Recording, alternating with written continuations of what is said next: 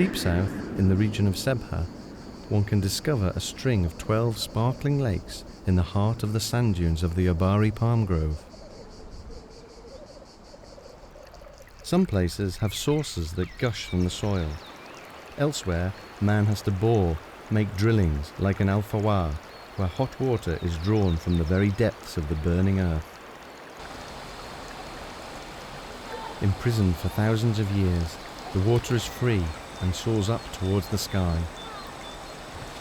Then, tamed at last, it pours down, where local women are waiting for it in order to do their washing.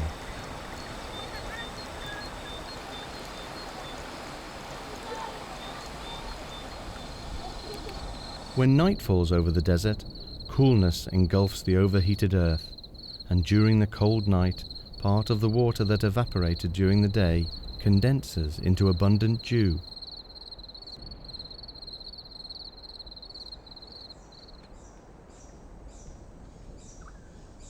Secret rain in a way. Many plants and herbivores like these addax antelopes survive thanks to these dewdrops moistening the sand.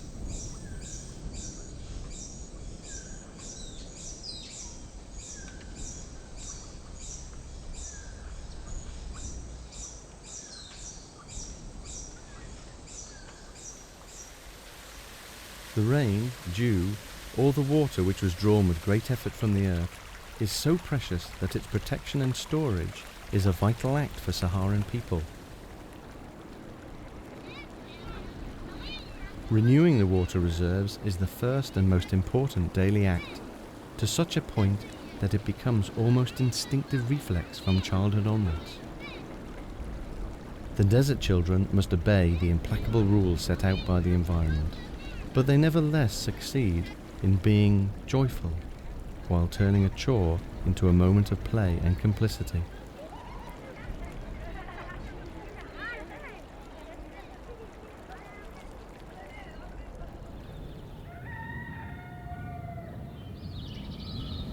Going to the source and carrying the water cans, hanging out and keeping an eye on the bright washing is also a game played with the wind that is coveting the washing.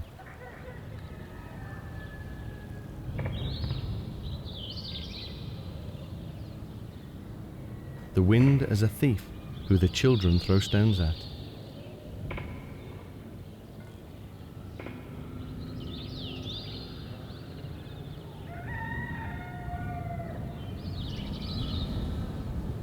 Unlike these cheerful apprentices, the camel is a serious professional of Saharan life.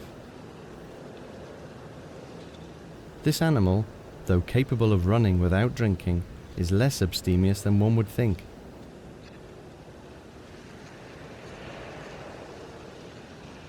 It looks forward impatiently to the next watering place, and then swallows 130 litres of water in one single take to fill the 4 big pouches of its stomach.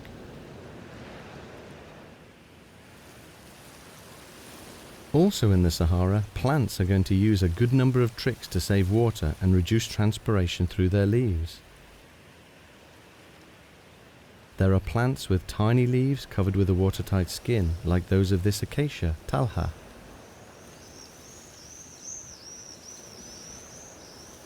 Or protected by other devices such as insulating hairy carpet-like leaves, opportunistic curling up leaves, hard leaves, or almost invisible leaves. These are all ways of putting up with drought that confer upon these desert plants a very special look.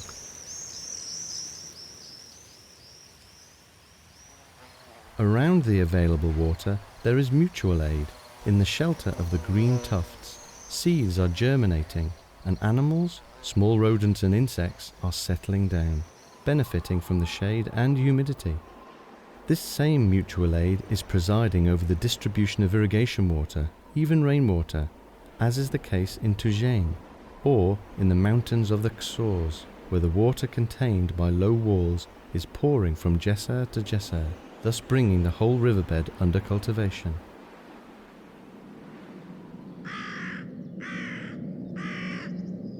And what if water gets scarce? Well, then life deserts the desert. The dry sand petrifies, the rocks burst and crumble away, and the sand moves on again, covering the dried up soil.